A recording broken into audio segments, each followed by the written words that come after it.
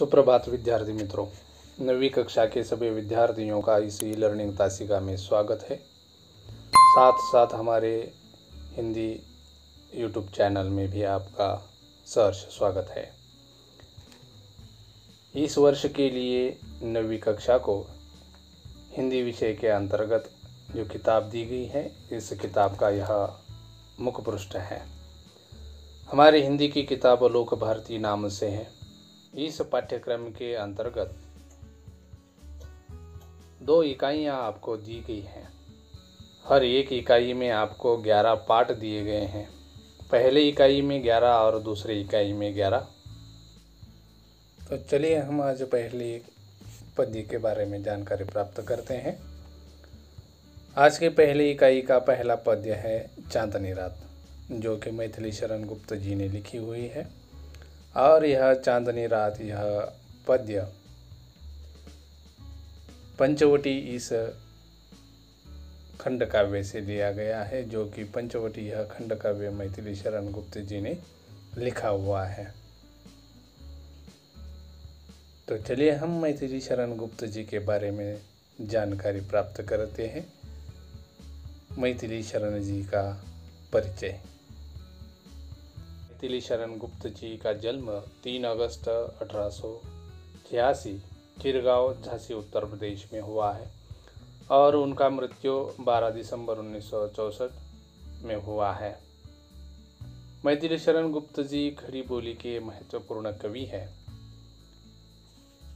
आपकी रचनाएं मानवीय संवेदनाओं, विशेषतः नारी के प्रति करुणा की भावना से ओतप्रोत है। उनकी कुछ प्रमुख कृतियां यहाँ दी गई हैं।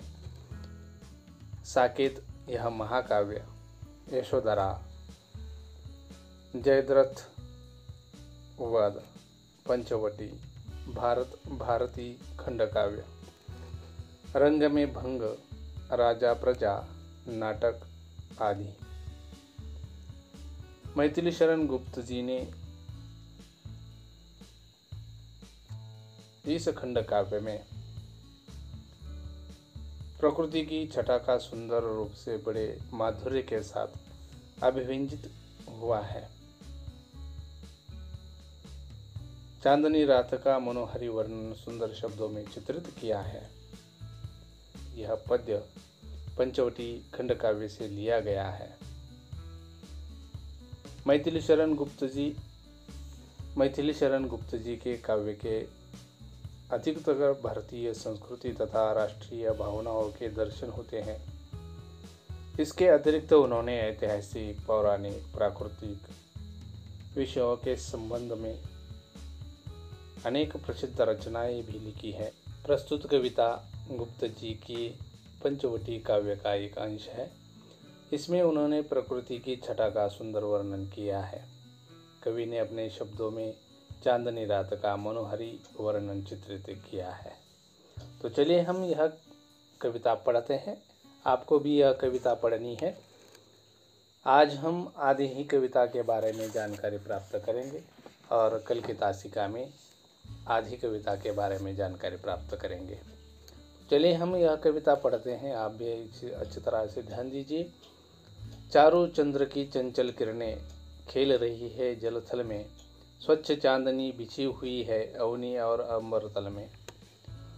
पुलक प्रकट करती है धरती हरित तृणों की नौकों से, मानो झूम रहे हैं तरु भी मंद पवन के झोंकों से।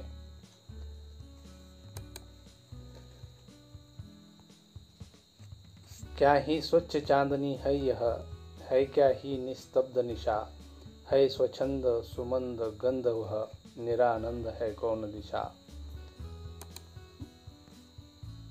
बंद नहीं अब भी चलते हैं नियति नटी के कार्यकलाप, पर कितने एकांत भाव से, कितने शांत और चुपचाप। तो विद्यार्थी मित्रों, यहाँ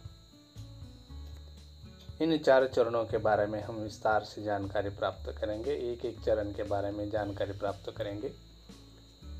इस 4 चरणों में जो आपको कठिन शब्द लगते हैं, उन शब्दों के अर्थ आप वीडियो को पॉज कर भी आप लिख सकते हो। तो चलिए हम पहले चरण का अर्थ समझ लेते हैं। इसमें कुछ शब्द आए हैं। चारों शब्द का अर्थ है सुंदर या मनोहर। थल शब्द आया है, थल शब्द का अर्थ है भूमि। अवनी शब्द आया है, अवनी शब्द का अर्थ है पृथ्वी। और अंबर शब्द आया है, अंबर शब्द का अर्थ है आकाश। यह शब्द के अर्थ आप अपने कापियों में लिख लीजिए। चलिए हम इन पंक्तियों का अर्थ समझ लेते हैं। मैथिली शरण गुप्त जी, कवि मैथिली शरण गुप्त जी इस पंक्तियों के माध्यम से कहते हैं कि चांदनी रात के आकाश में सुंदर चंद्रमा शोभायमान होता है। चारों चंद्र की चंचल किरणें खेल रही है जलथल में। यानी चांदनी रात के आकाश में सुंदर चंद्रमा शोभायमान होता है, उसकी चंचल किरणें झिलमिल झिलमिल करती हुई अठखेलियाँ कर रही है। ऐसा लगता है जैसे जल और ज़मीन के साथ खेल रही हो।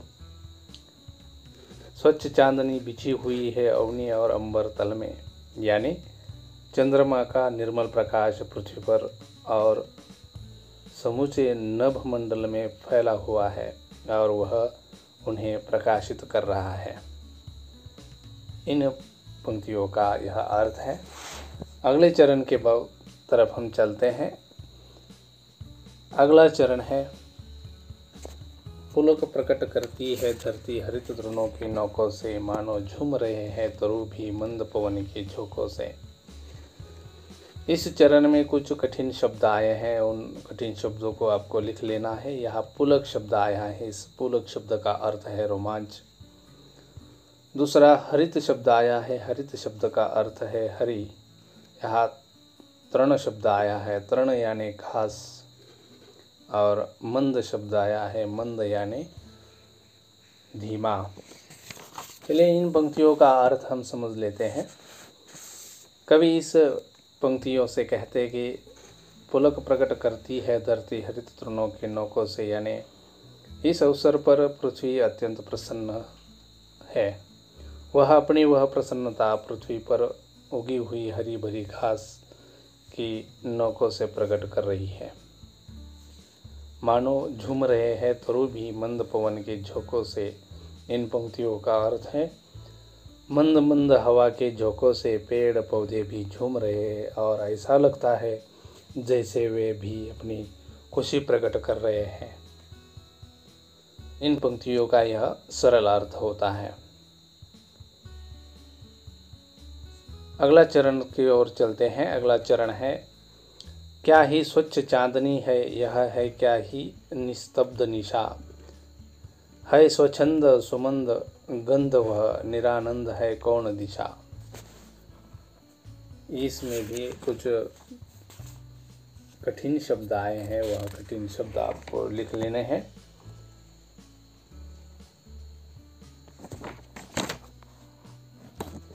पहला स्वच्छंद शब्द आया है, तो स्वच्छंद शब्द का अर्थ है अपनी इच्छा के अनुसार सब काम करने वाला। उसके बाद निस्तब्ध शब्द आया है। निस्तब्ध शब्द का अर्थ है जो हिलता डुलता न हो, या निचेष्ट भी हम उसे कहते हैं। सुमंद शब्द आया है। सुमंद शब्द का अर्थ है बहुत ही धीमा। निरानंद शब्द आया है। ये निरानंद शब्द का अर्थ है जिसमें आनंद न हो। तो चलिए इन पंक्तियों का हम अर्थ समझ लेते हैं। क्या ही स्वच्छ चांदनी है, यह है क्या ही निस्तब्ध दिशा। इन पंक्तियों का अर्थ है कवि कहते हैं कि चंद्रमा के स्वच्छ प्रकाश में निखरी हुई रात्रि का वर्णन करते हुए वे कहते हैं कि यह चांदनी गजब की निर्मल है, स्वच्छ है, और यह रात कितनी शांत है। निस्तब्ध यानी शांत, निशा यानी रात्रि। यह रात्रि कितनी शांत है, कहीं किसी और कोई सुर नहीं है। सर्वत्र मुक्त रूप से मंद मंद सुगंध व्याप्त है। कोई भी दिशा ऐसी नहीं है जिस ओर आनंद का माहौल न हो। अर्थात सर्वत्र आनंद ही आनंद है, जो कि सभी ओर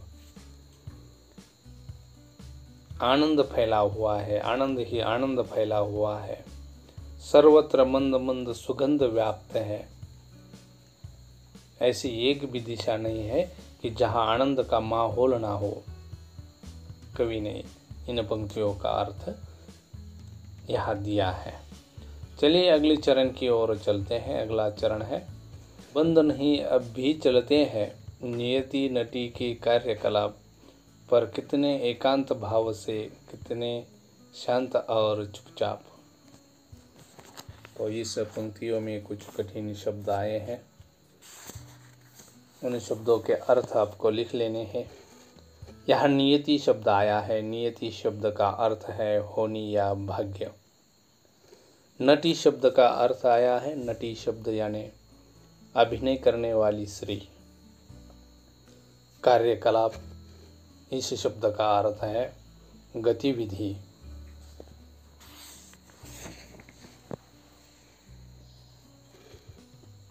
इन शब्दों के अर्थ आपको लिख लेने हैं। तो चलिए हम इन पंक्तियों का अर्थ समझ लेते हैं।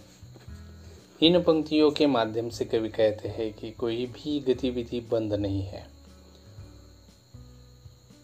घटनाएं घटित होने का क्रम बंद नहीं है, घटनाएं घटित हो रही है।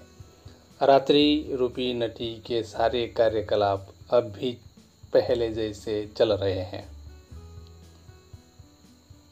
विशेषता यह है कि सब कुछ बहुत ही शांत ढंग से और एकांत भाव से चुपचाप हो रहा है। कहीं कोई कोलाहल नहीं है। इस पंक्तियों में रात्रि को नटी की उपमा दी गई है। जिस तरह से नटी का श्रृंगार होता है, जिस तरह से नटी के कार्यकलाप होते हैं, क्रियाएं होती है, हलचल होती है, उसी तरह की गतिविधियां इस रात्रि की हो रही है। और वह भी गतिविधियां किस तरह से, तो शांत ढंग से हो रही है, एकांत भाव से चुपचाप यह सभी घटनाएं घटित हो रही है, गतिविधियां घटित हो रही है। कोई कहीं भी कोलाहल नहीं है।